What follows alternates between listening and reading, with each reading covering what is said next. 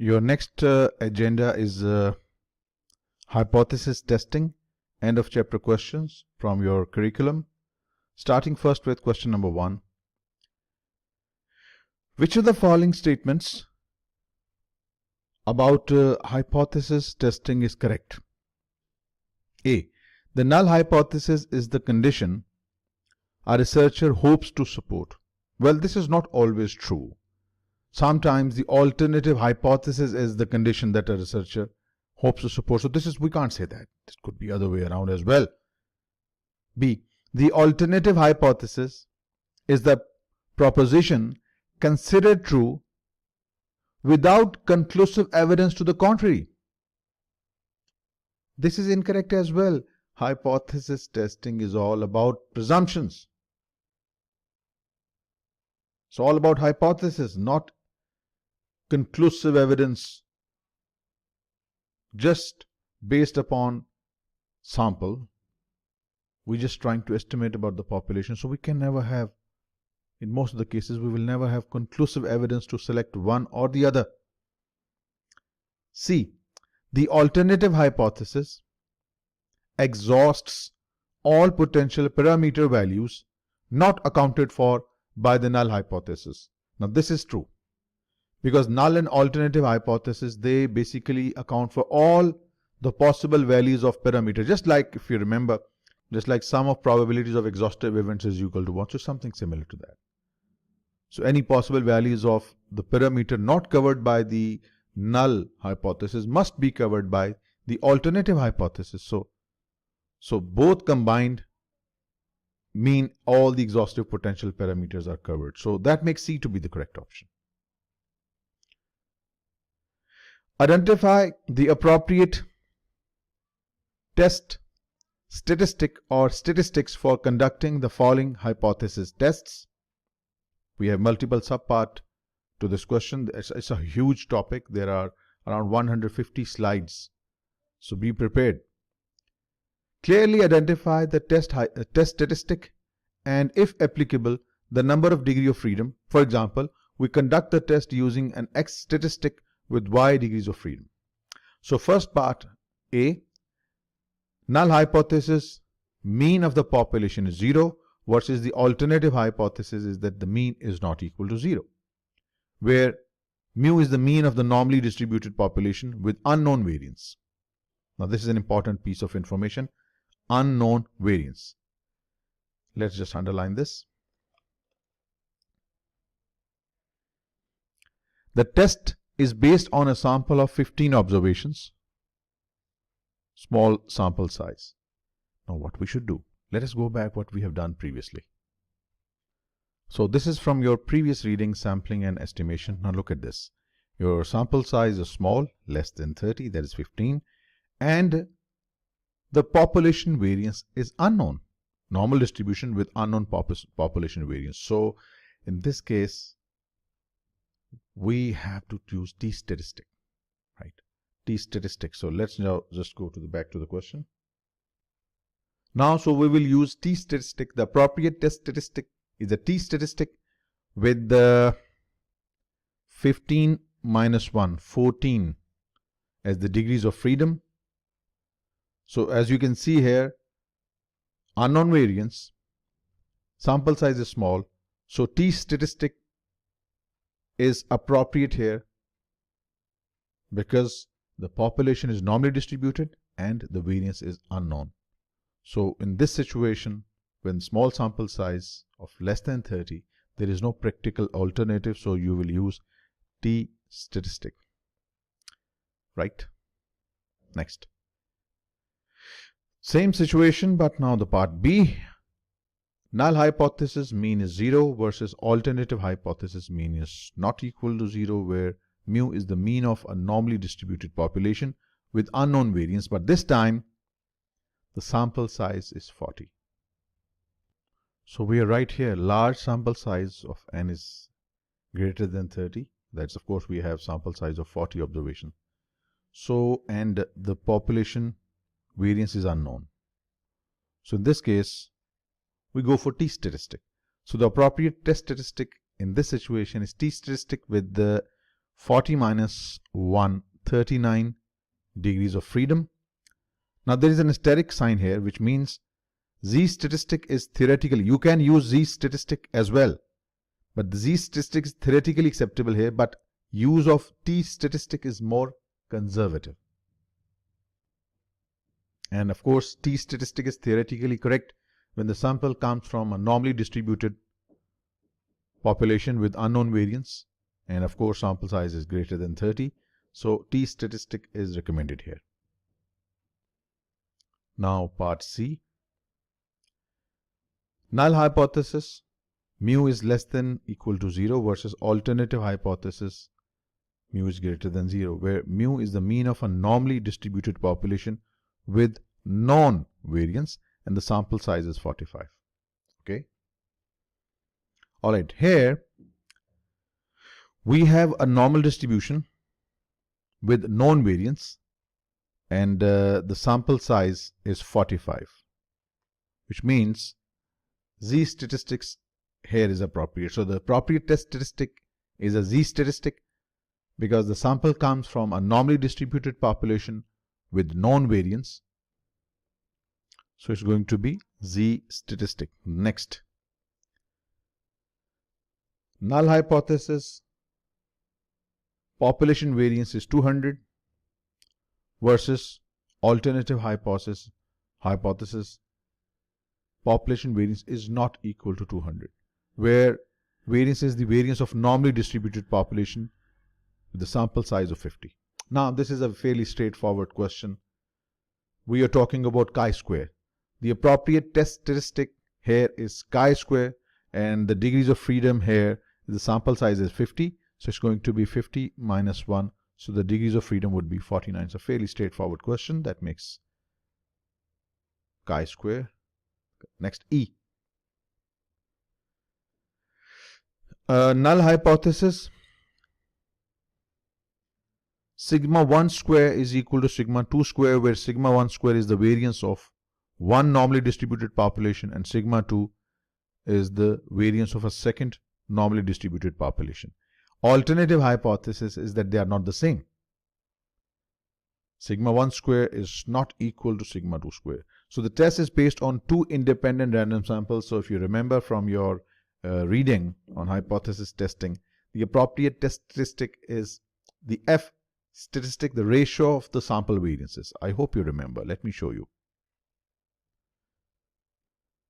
Testing the value of the ratio of two population variances, S1 square, S2 square follows F distribution. The test statistic is the ratio of the sample variances. So here F distribution, F statistic is appropriate. Alright, next, F. Null hypothesis, population mean 1 minus population mean 2 is equal to 0, versus alternative hypothesis, population mean 1 minus population mean 2 is not equal to 0. Let me show you what he's talking about. This is it. Identify the appropriate test statistic and interpret the results for a hypothesis test concerning the mean difference of two normally distributed population, where null hypothesis is mean 1 minus mean 2 of the two populations 0, where the population standard deviation or the population variance is unknown. So in this case you use T statistic. Going back, so where the samples are drawn from normally distributed populations with unknown variances, the observations in the two samples are correlated. So the appropriate test statistic is a T statistic for a paired observation test, also called a paired comparison test, because the samples are correlated. Right? Next. G. Null hypothesis, population mean 1, population mean 2 is equal to 0, versus alternative hypothesis that the difference is not 0, where the samples are drawn from normally distributed population with unknown but assumed equal variances. The observations in the two samples of size 25 and 30 respectively are independent. Now what do we have? What test is recommended here? Now here, the difference between two population means, small samples with the common pool, we have small samples, remember, 25 and 30 respectively. So in this case, the appropriate test statistic is a t statistic using a pooled estimate of population variance. The t statistic would be, let's go back. So the t statistic will have 25 plus 30, that is 55. If you remember, n plus n1 plus n2 minus 2 is the degree of freedom. So basically 55 minus 2, 53 degrees of freedom. This statistic is appropriate because the populations are normally distributed with unknown variance, because the variances are assumed equal. So observations can be pooled to estimate the common variance. The requirement of independent samples for using this statistic has been met. So that's what we need to do. Next, we have question number 3. Similar to question number 2, for each of the following hypothesis test concerning the population mean mu, state the rejection point condition or the condition for the test statistic. For example, t is greater than 1.25 and denotes the sample size. Here we go. So the null hypothesis is mu is 10, population mean, versus the alternative hypothesis that population mean is not equal to 10. Using a t-test with n 26, the degree of freedom would be 26 minus 1, 25, with the significance level of 0.05. That means 0.05 upon 2, 0.025, the probability in the each tail. So we will go to the table now and then see what the numbers do we have there. Now this is your t-distribution. For 26 minus 1, 25 degree of freedom, and using 0.025 column, 2.060 now represents positive 2.060 in the right tail and negative 2.060 in the left tail. That's all. Next, null hypothesis mean is 10 versus alternative hypothesis mean is not 10, using a t-test with n40 and alpha 0.01.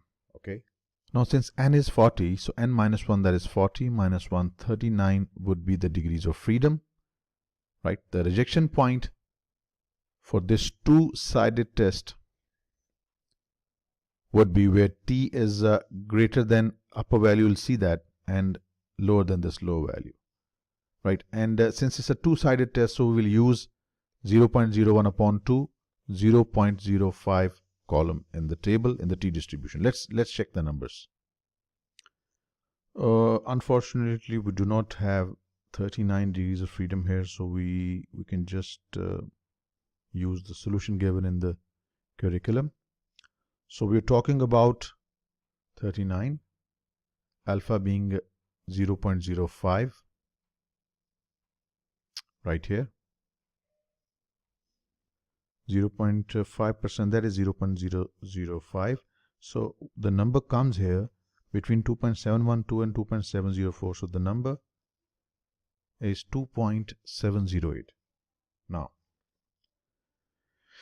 2.708 here and to the right side, and negative 2.708 on the other side.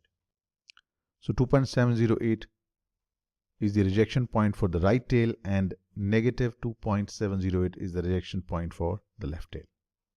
Alright, part C to question number 3. Null hypothesis mean is less than equal to 10 versus alternative hypothesis mean is greater than 10. Using a t-test with n40 and alpha level of significance. Okay, now the degrees of freedom would be 40 minus 1, 39.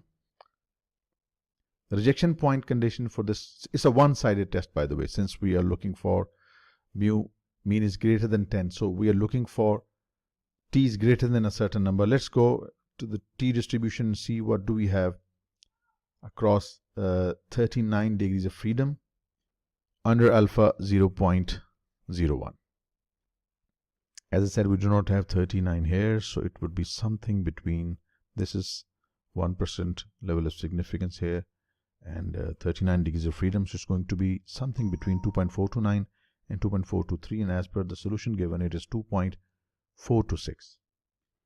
So the rejection point here is on the right tail 2.426. Because we have a greater than alternative hypothesis, we are concerned with only the right tail. Next we have part D to question number 3. Null hypothesis mean is less than equal to 10 versus alternative hypothesis mean is greater than 10. Clearly again it's a one tail test, greater than alternative, so we are just concerned with the right tail only. Using t-test with n is equal to 21, that means the degree of freedom is 21 minus 1, that's 20, right? Significance 0.05. Go straight to the table and then see what do we have there. So here we go, degrees of freedom 20, cross 20, under 5%, we have 1.725. So alternative hypothesis here where t is 1.725, right? The rejection region point to the right tail because we have a greater than alternative, so we are concerned with only the right tail. Next is part E to question number 3.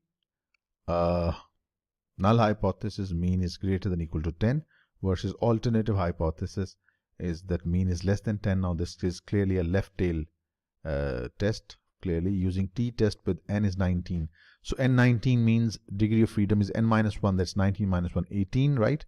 And significance level of 0.1%. Go straight to the table. Across 18 degree of freedom, under 0.1, we have 1.33, right? 1.330.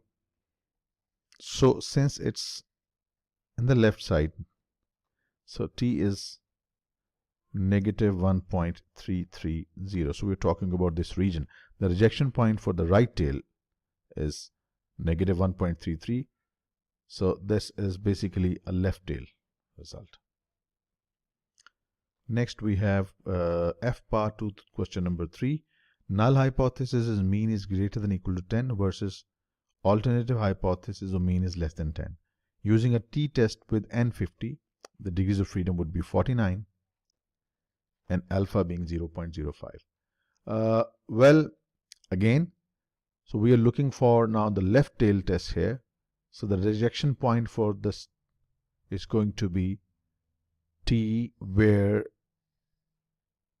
this represents the rejection region. Let's see it in the table. Degrees of freedom 49, across 49, under 0.05. So we don't have the degrees of freedom here 49, it's between 40 and 50. So if we just refer to the solution given in the curriculum, it's under 5% is 1.677. So the rejection point for the left tail is negative 1.677. Next we have question number 4. For each of the following hypothesis tests concerning the population mean, mu, state the rejection point condition or conditions for the test statistic z is greater than equal to 1.5, for example, and denote sample size. So the null hypothesis is mean is equal to 10 versus the alternative hypothesis that mean is not equal to 10, using a z-test with n is equal to 50 and alpha is equal to 0.01. So basically it's a two-sided test, as you can see here, at 0.01 significance level. Now let us refer to the z distribution of the z table and then find the rejection points. So here we go. Since it's a 1% level of significance, that's 1 by 2.5% two-tail test. So as you can see right here, 0.995% area is covered by the z value 2.576. So how we can show it on the normal distribution?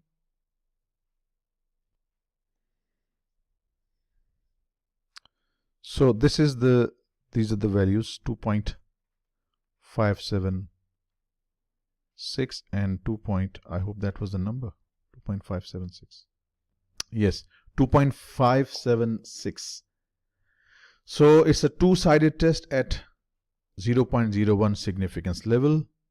Rejection points for a z-test, we find that the rejection points are z greater than 2.576 and less than 2.576. Next, same scenario, but we have a part B to question number 4. Null hypothesis, mean is equal to 10 versus alternative hypothesis, mean is not equal to 10, using z-test with n50 and alpha 0.05. Okay, now as you can see, it's a two-sided test at 0.05 significance level. So what we will do, we'll just go straight to the z distribution and find the critical values. So it's going to be a two-tailed test, 2.5 in the right, 2.5 in the left. So z is 1.960.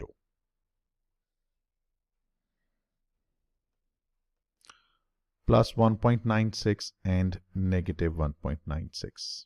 Right, next.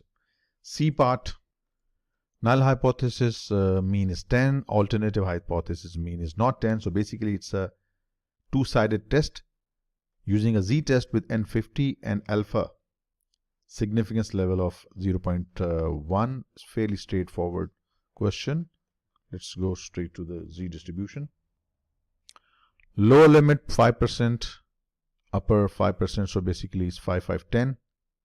And here we go, z is 1.645.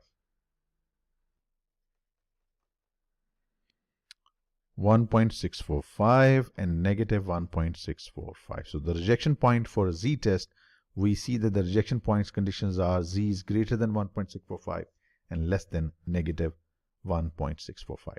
Next, D. Here we have similar data, but here the significance level is 5%. But here the alternative hypothesis is mean is greater than 10. So basically it's one-tailed test.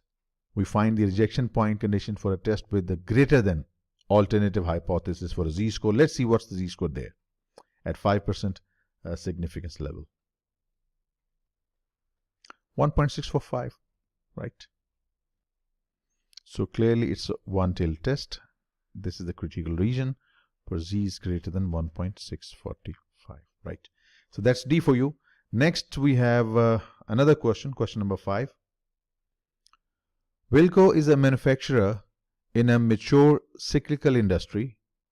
During the most recent industry cycle, its net income averaged 30 million per year with a standard deviation of 10 million for 6 observations, NS6.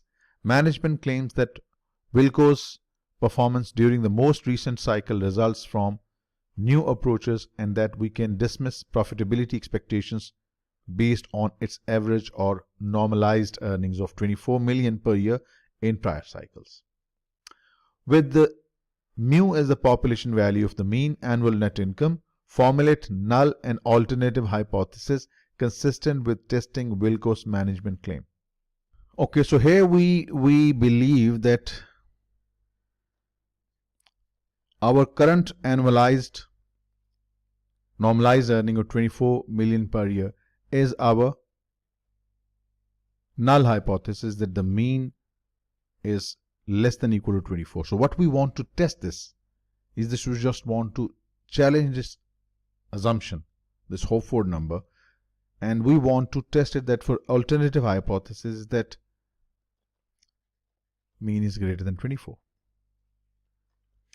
Next, B says, assuming that Wilco's net income is at least approximately normally distributed, identify the appropriate test statistic. Look at the number of observations, only 6, right? And at the same time, we just have the sample standard deviation, not the population standard deviation. So basically what we're talking about, we have net income that is approximately normally distributed, but we do not have the population variance. So the appropriate test statistic here would be T statistic with n60, that is n minus 1, 6 minus 1, 5 degrees of freedom, right? Next, C, identify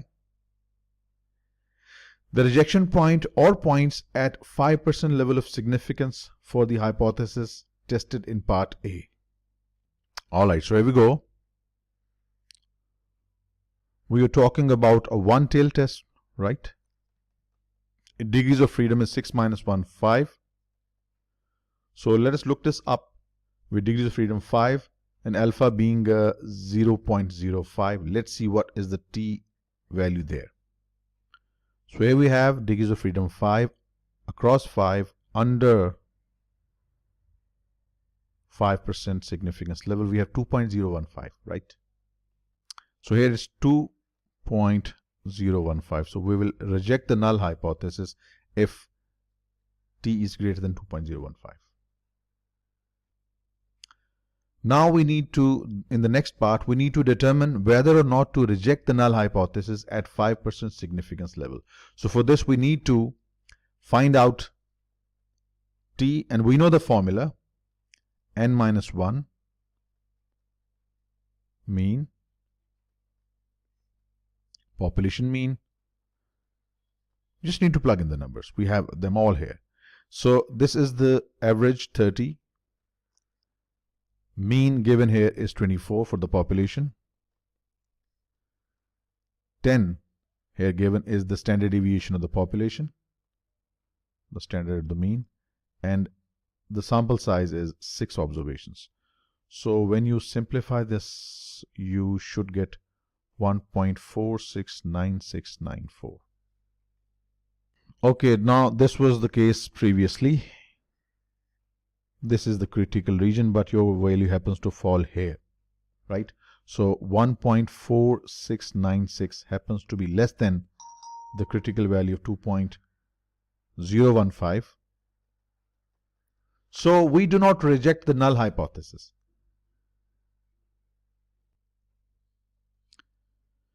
Okay, next we have question number 6. The following information relates to question number 6 and 7. Performance in forecasting quarterly earnings per share. Number of forecasts, analyst A 101, analyst B 121. Mean forecast error, predicted actual is 5%, 2%. Standard deviation of forecast error 0.1 and 0.09. Investment analysts often use earnings per share forecasts. One test of forecasting quality is the zero mean test, which states that the optimal forecast should have a mean forecasting error of 0. That is, forecasting error is equal to predicted value of variable minus actual value of variable, should be ideally 0. You have collected data shown in the table above for 2 analysts who cover 2 different industries. Analyst A covers the telecom industry, for which he got 101 observations, forecasts with this mean forecast error and this standard deviation. Analyst B covers automotive parts and suppliers, and for him this is the data. Now, with mu as the population mean, forecasting error, formulate null and alternative hypothesis for a zero mean test for forecasting quality. So it's a fairly straightforward setting up of our hypothesis, that your null hypothesis is that the mean is 0. And what would be the alternative hypothesis? It's not equal to 0. It's very straightforward. There will be complexities for computations as we proceed. So the next part, B, says, for analyst A using a t-test and a z-test, both, determine whether to reject the null hypothesis at 5% and 1% level of significance. Okay, now at 5% level of significance and at 1% level of significance, since we're talking about degree of freedom 101 minus 1, so degree of freedom is 100. Okay.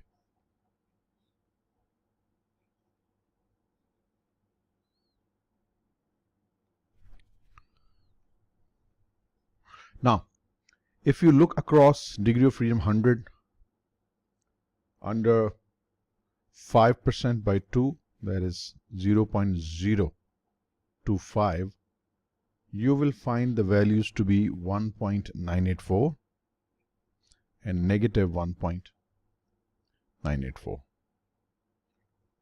right? At 1% level of significance, you will find the values to be 2.626 negative and 2.626 positive. Okay, now what you're going to do, you need to calculate the t statistic, and for that you have the formula. T is equal to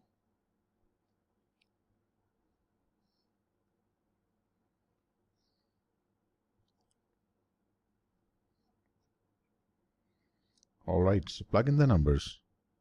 0.05 minus 0.101, and then if you simplify, what you'll get is 5.025. Now this t score is beyond this region in both 5% and 1% level of significance. So what we are going to do, we are going to reject the null hypothesis at both 5% and 1% level of significance. So what's the conclusion? Since we are doing this for analyst A, so the conclusion is the analyst A's EPS forecast appeared to be biased upwards, right? That's why we are in this rejection region. The null hypothesis is rejected. Now we will do this for Z statistic. First 5% level of significance, 1% level of significance. Since it's a two-tailed test, so it's going to be 2.5, 2.5, and here. Alright, so we know we just need to consult the Z distribution for 5% level of significance. These are the critical values, negative 1.960, and here it's negative 2.576. I'm sure you know how to do it. You just need to look up these in the table and you'll get your result. So here so Z statistic here is 5.0249, and in both cases it is in this critical region. So we are going to do the same thing. We are going to reject the null hypothesis at both 1% and 5% level of significance. Why? Because the Z falls within this critical region. That's all for 6 part B. Moving on. Now part C says, part C to question 6, for analyst B, using both T test and Z test, determine whether to reject the null at 5% 1% level of significance. Okay.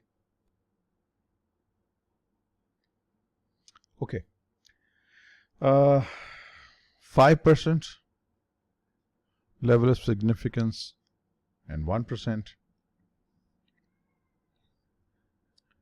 Since first we are going to do it for T statistic T distributions, for this, for degree of freedom would be n minus 1, that is 121 minus 1, so it's going to be 100. So if you go for T distribution across DF 120, 121 less 1, 120.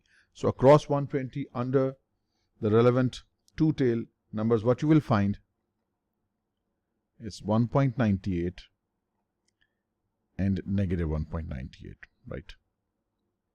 And for 1% level of significance, you will have these numbers, 2.617 and negative 2.617. Now calculate the T statistic. This is the formula.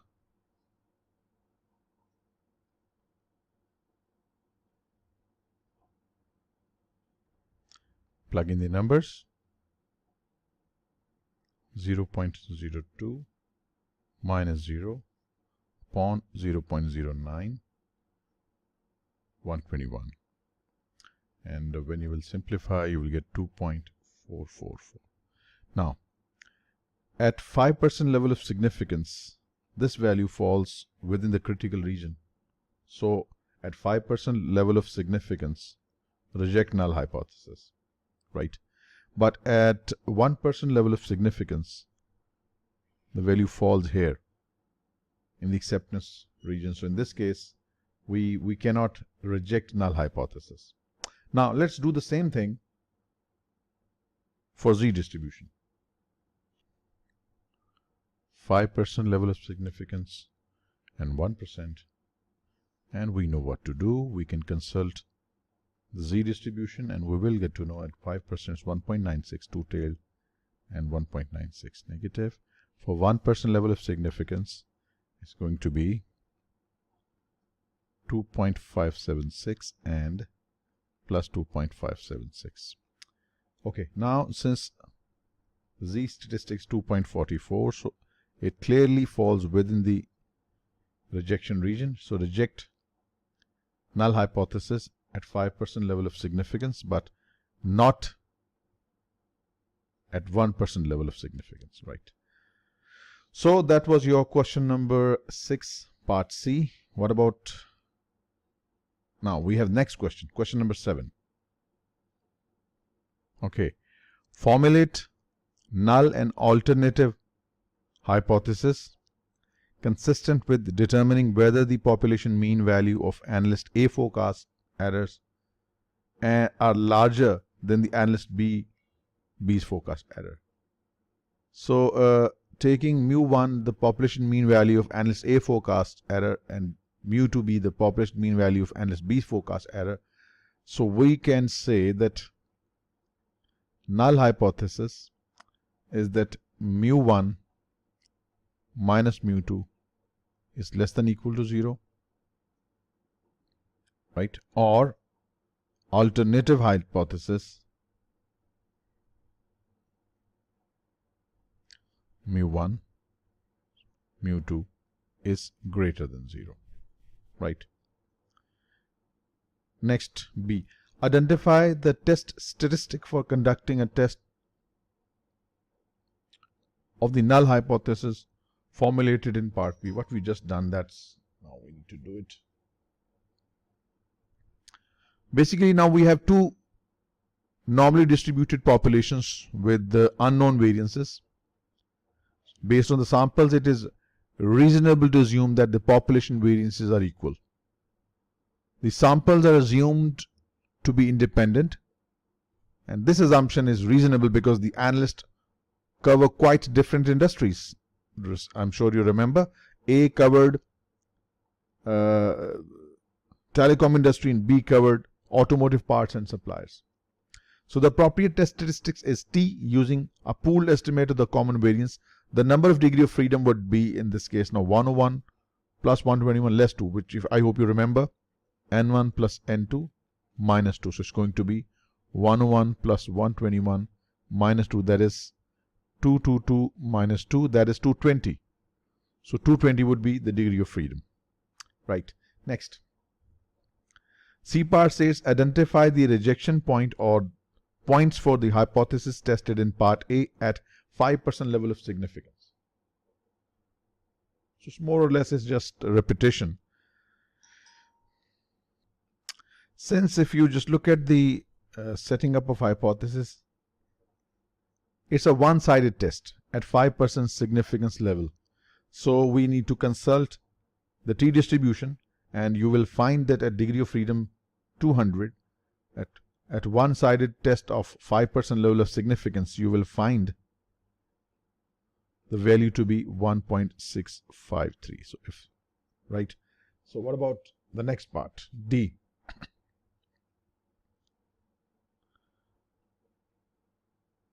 Now it says determine whether or not to reject the null hypothesis at 5% level of significance. Now we need to calculate the T statistic, but before that we need to calculate the pooled estimate of variance. I'm sure you remember the formula. It's SP square N1 minus, or let us go straight to this. This is N1 minus 1 S1 square plus N2 minus 1 S2 square upon N1 plus N2 minus 2. That's the degree of freedom. If you plug in the numbers, you will get 0.008964. Okay, now this would be fed here. You have all the other numbers. X1, X2 is there already, 5 and 2, and we have N1, N2 as well. So if you simplify this, all this will be your T statistic. And since One-sided test, and your critical value was 1.653, but t statistic happens to fall here in this rejection region. So we are going to reject the null hypothesis in favor of the alternative hypothesis that the population mean forecast error of analyst A is greater than the analyst B. This was the previously set up. This. We are going to reject this hypothesis. All right, so moving on. Question number 8, part A. The table below gives data on the monthly returns on the S&P 500 or small cap stocks for a 40 years period and provides statistics relating to their mean differences. Furthermore, the entire sample period is split into two sub-periods of 20 years each, and the returns data for these sub-periods are also given in the table below. Entire sample period 480 months, we have been given mean, standard deviation. First sub-period 240 months, mean, standard deviation, and second sub-period 240 months, mean and standard deviation. Let mu d stand for the population mean value, the difference between let mu d stands for the population mean value of the difference between S&P 500 return and small cap return. Use significance level of 5% and suppose that mean differences are approximately normally distributed. Formulate the null and alternative hypothesis consistent with the testing whether any difference exists between the mean return on the S&P 500 and the small cap stock. So basically we're talking about a null hypothesis that the difference is 0. That is, the mean value of difference between S&P 500 return and small cap stock return is 0, versus the alternative hypothesis that it is not equal to 0. So basically it's a two-tailed test. Okay. Determine whether or not to reject the null hypothesis at 5% significance level for the entire sample period.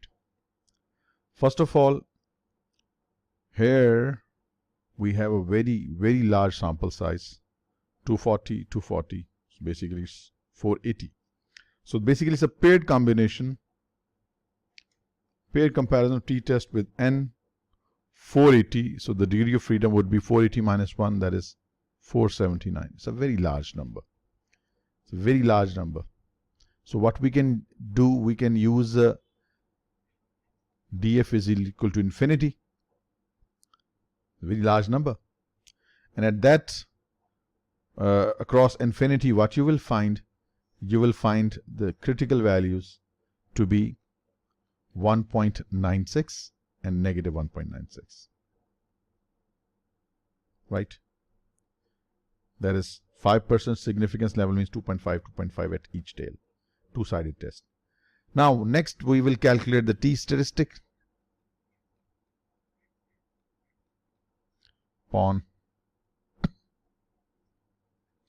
Just plug in the numbers.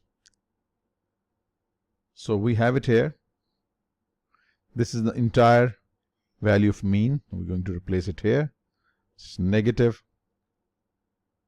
0.258, negative 0 upon, here we have the standard deviation is 3.752 divided by the square root of n, that is 480. If you simplify, what you will get is negative 1.5065. Right. Now this value clearly doesn't fall in the critical region. So what we do not reject the null hypothesis that the mean difference between the returns on S&P 500 and small cap stock during entire sample period was 0. Next part, C. Determine whether or not to reject the null hypothesis at 5% significant level for the first sub-period. That is, we're talking about this first sub-period of 240. So here we have the mean, the standard deviation, and the sample size 240, right? So what we are talking about, first we need to establish the degree of freedom, n minus 1, that is 240 minus 1, 239, right? So we do not have 239 row in the t distribution. So what we can do is that we can use df as close approximate of 200.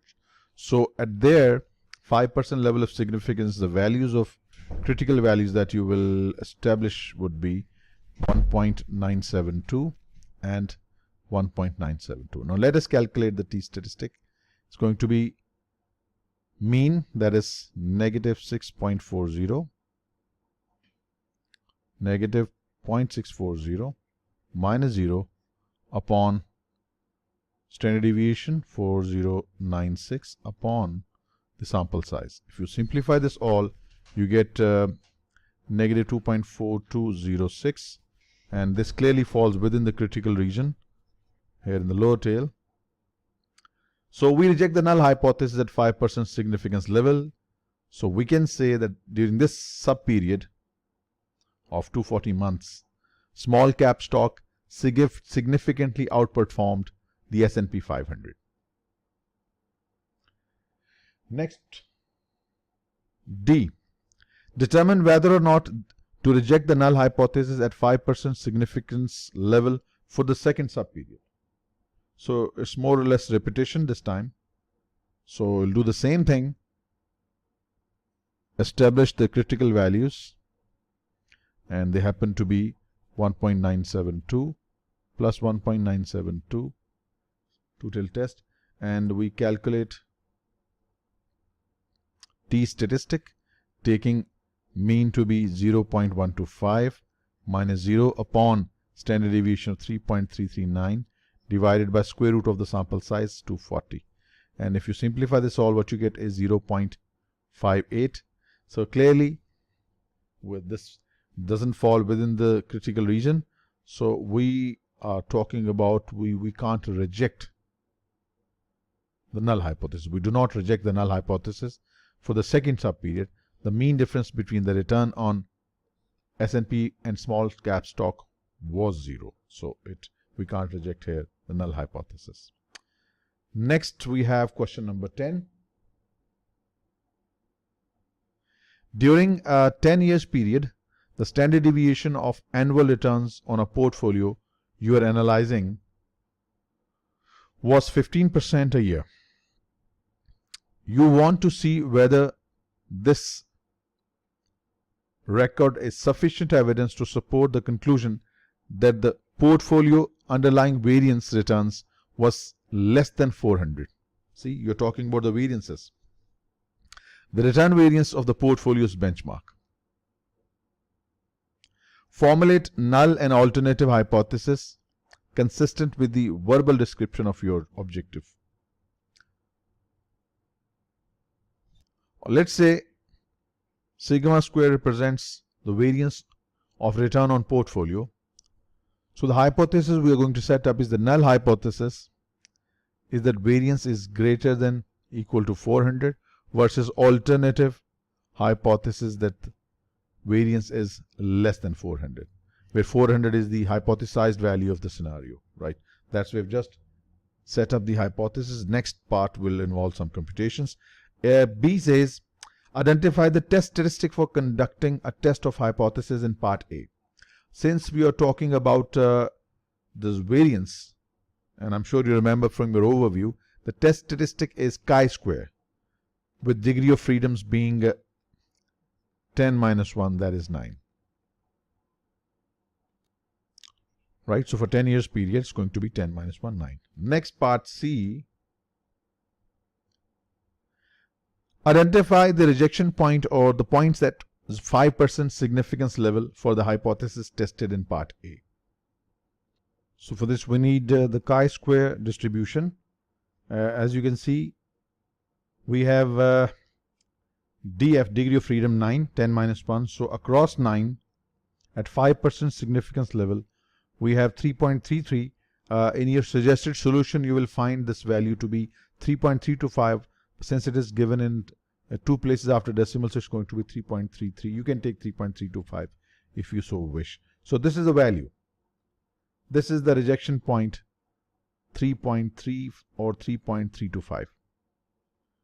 Now, so we will reject the null hypothesis if our x square is less than this critical value, right? I hope you remember from our overview. So let's see the next part of the question.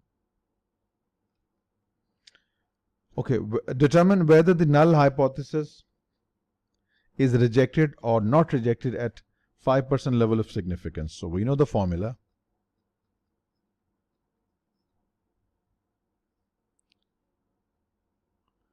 So its degree of freedom is 9 times annual return standard deviation squared upon the variance 400. And if you simplify, what you get is 5.0625 or simply 5.06. Now, your value is greater than the critical value, 3.325. We just discussed in the previous. 5.06 is not less than 3.35, right? Rather, it's greater. It is greater than 3.325. So we do not reject the null hypothesis. Next, question number 10. You are investigating whether the population variance of returns on S&P 500 growth index changed subsequent to the October 1987 market crash. You gather the following data for 120 months of returns before October 1987 and for 120 months of returns after October 1987. You have specified a 0.05 level of significance. Before and after 120 sample size, mean monthly return, and we have variance of returns. Formulate null and alternative hypothesis consistent with the verbal description of the research goal. So basically we have a not equal to alternative hypothesis. So our null hypothesis is that variance before this cutoff date is equal to the variance after, versus the alternative hypothesis that variance before is not equal to variance after. So we have set up the hypothesis. Next, of course, this is a subject of F test. Let us do part B. Identify the test statistic for conducting a test of hypothesis in part A. To test a null hypothesis of equality of two variances, we use F test. And what is F test? I hope you remember from your overview of the reading. This is the F test. C. Determine whether or not to reject the null hypothesis at 5% level of significance. Use F tables in the back of this volume. Of course, this is the question taken from your curriculum, end of chapter questions. So it's going to be F is equal to, just we wrote previously here, S1 first and S2 later, before and later. So we have these variances here, 22.367 upon 15.795, and it gives you 1.416. And n for the numerator and n for the denominator are both same. So degree of freedom for the numerator is 119, and as well as for the denominator, degree of freedom is 119. Now let's consult the F distribution and then do the relevant computation. So you need to consult your table given at the end of curriculum. So for D1 120 and for degree of freedom 120.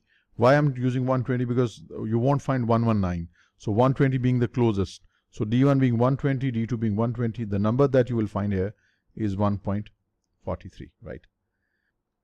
So if you go back to your question, you will find for the period before 1987, the mean monthly return is 1.416, right? Now since 1.43, the value from the F distribution, is not greater than 1.416, so we do not reject the null hypothesis. that before and after variances are equal. Right? That was your question number 10. All done. Now we have question number 11. The following table shows the sample correlation between the monthly returns for 4 different mutual funds and the S&P 500. The correlations are based on 36 monthly observations. The funds are as follows.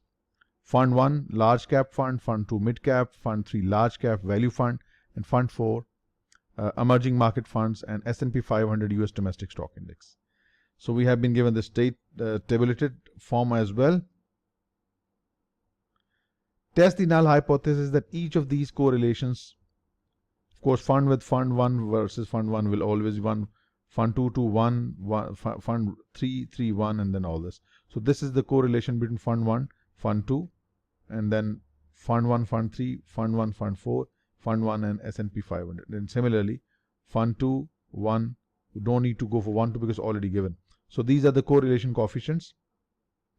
Test the null hypothesis that each of these correlations individually is equal to 0 against the alternative hypothesis that it is not equal to 0. Use a 5% significance level. So how we can approach this question? Well, we need to select the lowest value of correlation coefficient, which in this example happens to be 0.310. That's between fund 3 and fund 4, right?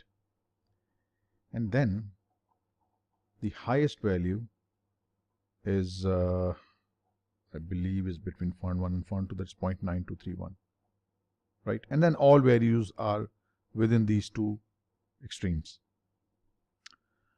Okay, now since here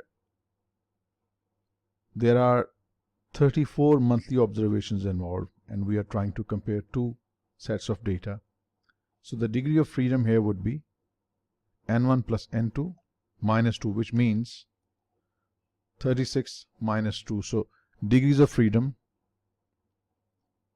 36 minus 2, 34. Since we want to test at 5% significance level, if you consult the t-value, you will find that at 5% significant level for a two-tailed test, the values are 2.032 and negative 2.032, right? Okay. Let's test this one. 0.3102. R is 0.3102. We know the formula. T is equal to R n minus 2 upon 1 minus R squared. So replacing the values, 0.3102, the coefficient of correlation, 36 observations minus 2 upon 1 minus 0.3102 squared and whole square root. When you will simplify, you will get 1.903. Clearly, this falls within this region, right? So you can see that we cannot reject the null hypothesis.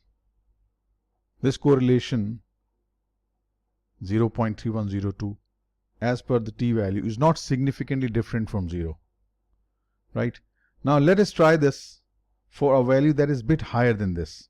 So for this correlation coefficient, null hypothesis cannot be rejected. So a value that is slightly above this is this one. Let us replace these with, simply R needs to be replaced with 0.4156. So now we are going to use 0.4156 and here 0.4156 squared, and if you solve this all, what you get is 2.664. Now this is in this rejection region. Yes. Now, so this correlation is significantly different from 0 at 5% level of significance. So it means all these values above this, all the other correlations, of course, are higher than this. As you can see, are greater than 0.4156. So they two are significantly different from 0. So they will all fall within this rejection region, right? Moving on. In the step stating a decision rule in testing a hypothesis, which of the following element must be specified? Of course, critical value. Critical value in a decision rule is the rejection point for the test, so it must be specified. It's the point with which the test statistic is compared to determine whether to reject or not to reject the null hypothesis. We discussed this in so many questions. So that makes A to be the correct option. Which of the following statements is correct with respect to the null hypothesis?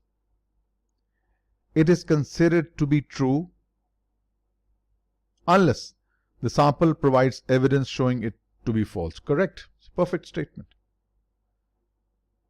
It can be stated as not equal to, provided the alternative hypothesis is stated as equal to. Well, it is totally other way around.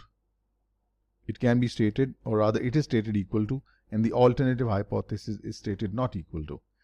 In a two-tailed test, it is rejected when evidence supports the equality between the hypothesized value and the population parameter.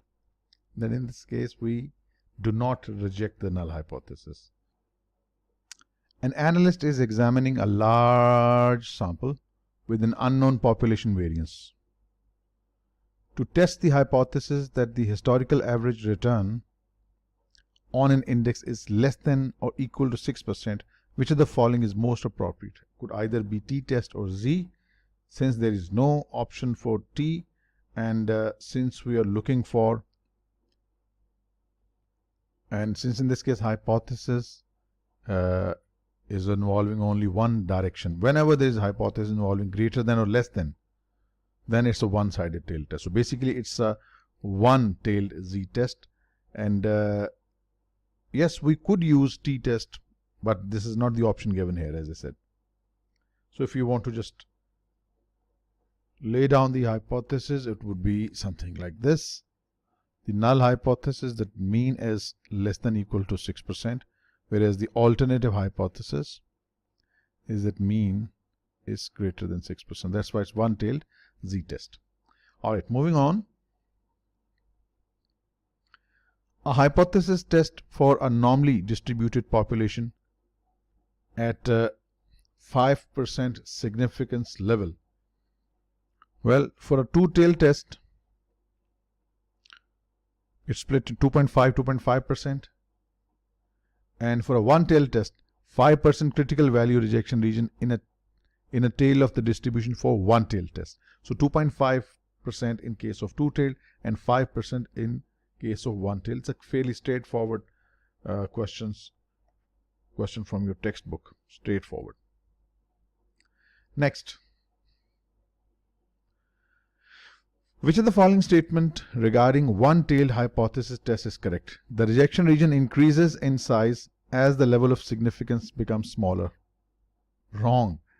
It is totally other way around. The rejection region decreases in size as the level of significance becomes smaller. Incorrect.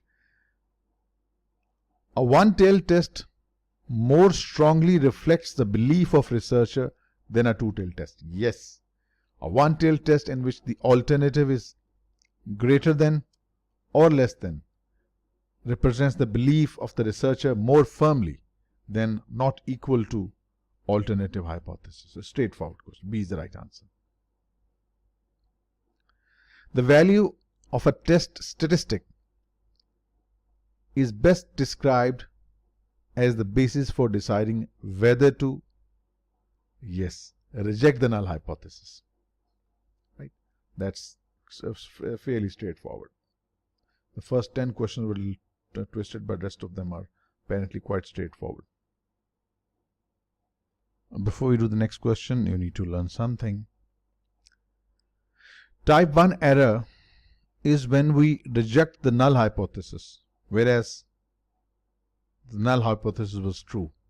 And type 2 error is that you accept a false null hypothesis. Right? So null hypothesis is false and you accept it, it's type 2 error. and null hypothesis was rejected where it shouldn't have been. Reject a true null hypothesis. So this is type 1 error. So let's do the question now. Which of the following is a type 1 error? We just saw rejecting a true null hypothesis and failing to reject a false null hypothesis, that is type 2 error. So it's A, straightforward. Then what is type 2 error? Yes. Type 2 error is failing to reject a false null hypothesis. We just saw a little while ago. Next. The level of significance of hypothesis test is best used to, yes, define the test rejection point, the critical values. Yes. Alright, next. You are interested in whether excess risk adjusted return alpha is correlated with the mutual fund expense ratio for the US large cap growth funds. The following tables presents the sample. We have been given alphas and the expense ratio for different mutual funds 1 to 9. First, formulate null and alternative hypothesis consistent with the verbal description of the research goal given above. So basically we have a not equal to alternative hypothesis. So we will say that the null hypothesis is that correlation is 0 versus the alternative hypothesis that the correlation is not 0. Fine. Now, B part to this, identify the test statistic for conducting a test of the hypothesis that we established in part 1. Well, in this case, since mutual fund expense ratio, this, are bound from above and below, and in practice there is at least a lower bound on alpha, that returns cannot be less than negative 100%, right? So these variables are markedly non-normally distributed, and the assumptions of a parametric test are not likely to be fulfilled. So we are not going to use parametric testing, rather we will use non-parametric test here. So we will use non-parametric tests here. We would use the non-parametric Spearman rank correlation coefficient to conduct the test. And in part C, it says justify your selection. In part B, so I have just given you the justification. Determine whether or not to reject the null hypothesis at 0.05 level of significance. Now for this we need to develop a table. These are the values of your alpha and expense ratio, and we have to rank them using the rank function in Excel sheet. This is very unlikely to be tested in the exam. So these are the ranked numbers for alpha and the ranking for expense ratio, and then we calculate D and D and just plug in the numbers in this formula, and you determine the RS to be 0.0042. Now given we have a sample size of 9 in a two-tailed test at 5% significance level, so this is what we have now. If we consult your table 11 in the curriculum, and under 0.0025 column and 9, you will find these to be the critical values, 0.6833 and negative 0.6833. Since your RS happens to fall not in these critical region, rather here, so we do not reject the null hypothesis. We do not reject the null hypothesis. That's the answer. Okay. All else equal, in specifying a smaller significance level in a hypothesis test likely to increase the probability of a type 1 error, type 2 error. Okay, let's see. If we specify smaller significance level, having a smaller significance level, it decreases the probability of type 1 error. Why? Because rejecting a true null hypothesis, that's what you call type 1 error. Since your level of significance is small, so it's unlikely that you will make type 1 error. It's unlikely that you will reject the true null hypothesis. At the same time, it will increase the probability of type 2 error. And what is type 2 error? Not rejecting the false null hypothesis at the same time. So it's going to be no and yes. Next, the probability of correctly rejecting the null hypothesis is the power of the test. Correct, straightforward question. The power of a hypothesis test is equivalent to the level of significance? No. The power of the test is the probability of correctly rejecting the null when it is false. In other words, failing to reject the null when it is false is basically a type 2 error. So the probability of not making a type 2 error is the power of hypothesis test. That makes B to be the correct option. When making a decision in investment involving statistically significant results, economic results should be presumed meaningful. Yes, true, but statistical results should take priority over economic considerations. Wrong. In fact, economic logic for the future relevance of the result should be further explored. This is a better option than option A. When a statistically significant result is also economically meaningful, so the analyst should further explore the logic of why the result might work in the future. So that's a forward-looking. C is the right option. An analyst tests the profitability of a trading strategy with the null hypothesis being that the average abnormal returns before trading cost equal to 0. The calculated T statistic is 2.802 with the critical values of plus minus 2.756 at significance level of alpha 1%. After considering trading cost, the strategy's return is near 0. The results are most likely. Okay, now this is what it represents.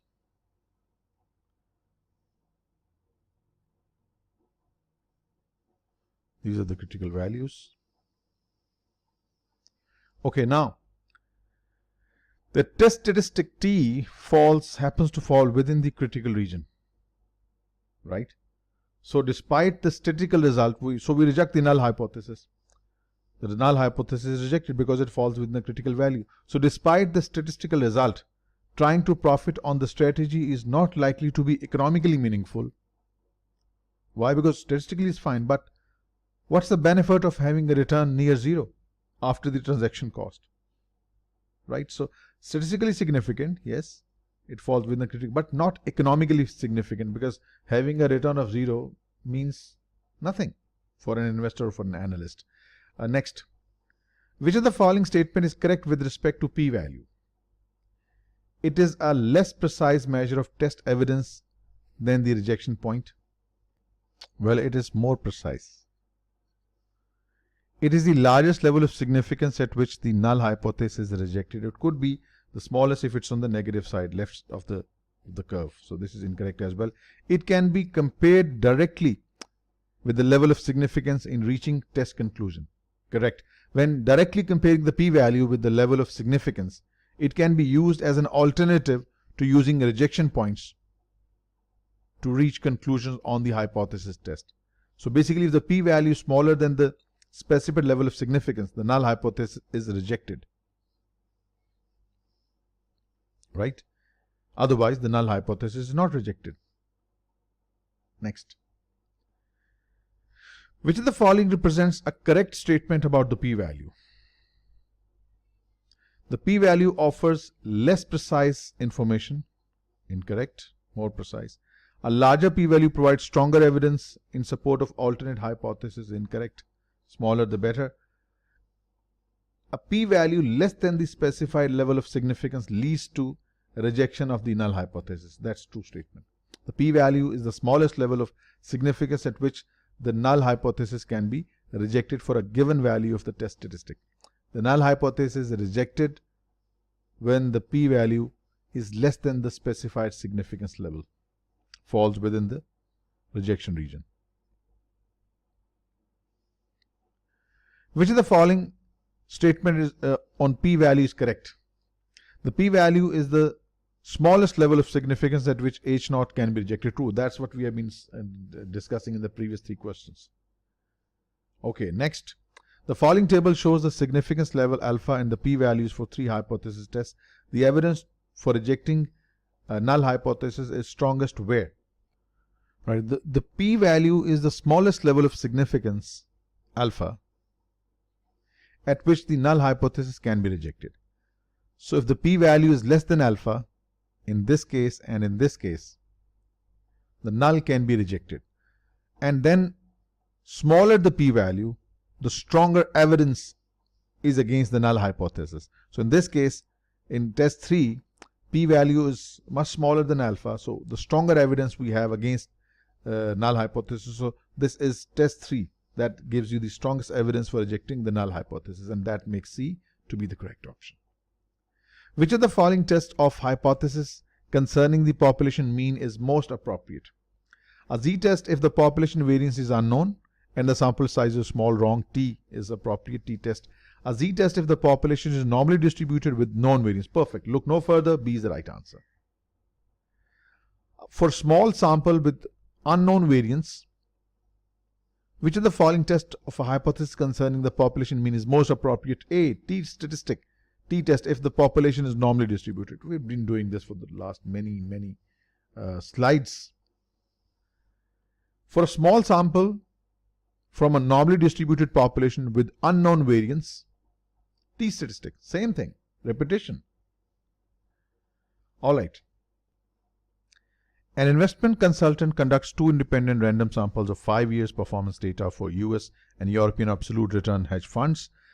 Noting a 50 basis point return advantage for the US managers, the consultant decides to test whether the two means are statistically different from one another at 5% level of significance.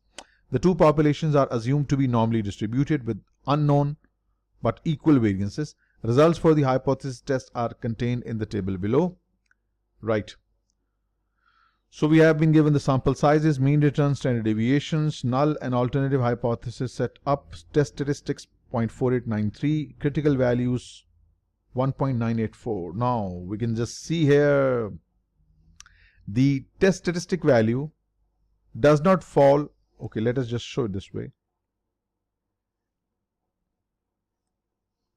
It's negative 1.984 and positive 1.984. Since the test statistic doesn't happen to fall in these rejection regions, hence H naught or null hypothesis cannot be rejected. So the result is not statistically significant at 5% level. So null hypothesis is not rejected. That makes A to be the correct option. A pooled estimator is used when testing a hypothesis concerning, that's what we have been doing for the last many hours, the difference between means of two at least approximately normally distributed population with unknown but assumed equal variances. We did that a little while ago. When evaluating mean difference between two dependent samples, the most appropriate test is paired comparison test. A paired comparison test is appropriate to test the mean difference of two samples believed to be dependent. Next. A fund manager reported a 2% mean quarterly return over the past 10 years for its entire base of 250 clients' accounts that all follow the same investment strategy. A consultant employing the manager for 45 clients' accounts notes that their mean quarterly returns were 0.25% less over the same period. The consultant tests the hypothesis that the return disparity between the returns of his clients and the reported return of the fund manager's 250 clients' accounts are significantly different from zero. Assuming normally distributed populations with unknown population variances, the most appropriate test statistic, clearly we are comparing this, it's a paired comparison t-test. The sample sizes for both the fund manager and the consultant accounts consist of 40 quarterly periods of returns. However, the consultant clients' accounts are a subset of the fund manager's entire account base. So as such, they are not independent samples. They are from the same pool. When samples are dependent, a paired comparison test is appropriate. A chi-square test is most appropriate for testing concerning a single variance. Yes. A chi-square test is used for testing tests concerning the variance of a single normally distributed population. Which of the following should be used to test the difference between variances of two normally distributed populations? F-test. If you remember all this from your prior learnings. B. F-test is used to conduct tests concerning difference between the variance of two normally distributed populations with a random independent samples. Okay. Jill Baton is analyzing how the returns on the stock of Stellar Energy Corporation are related with the previous month's percentage change in the US Consumer Price Index of Energy. Based on 248 observations, she has computed the sample correlation between Stellar and CPENG variable to be this. She also wants to determine whether the sample concerning is statistically significant. The critical values of the test statistic is 5% level of significance, approximately 1.96. Baton should conclude that the statistical relationship between Stellar and CPENG is. Alright, so this is the coefficient of correlation, R, and N happens to be 248, right? And what else do we need? That's all. So you just plug it in the number to calculate the statistic. Let's do it. T is equal to R, N minus 2, 1 minus R. So replacing the numbers, negative 0.1452 times 248 minus 2 upon square root of 1 minus 142 squared gives you negative 2.30177. Now note that since the critical values were plus 1.96 and minus 1.96 and it falls well within this region, or put it this way, that Baton now should conclude that the statistical relationship between Stellar and CPENG is significant because the calculated test statistic absolute value has a higher absolute value than the critical value of the test statistic. So that makes B to be the correct option. In which of the following situation would a non-parametric test of hypothesis most likely be used? A sample data are ranked according to magnitude. Ranking, X ranks, Spearman coefficient. This is non-parametric. A. Look no further. But if you do a sample data from a normally distributed population, Z, parametric testing. The test validity depends on many assumptions about the nature of the population. Still, it could be brought in the statistical domain. Next, an analyst is examining the monthly return for two funds over 1 year period. Both fund returns are non-normally distributed. To test whether the mean returns of the one fund is greater than the mean return for the other fund, the analyst can use. Well, in this question, there are only 12 observations over 1 year period and the sample size are very small. Additionally, the fund's returns are not normally distributed. So we cannot use parametric tests. So a non-parametric test only. That makes B to be the correct option and ends the EOCs of hypothesis testing.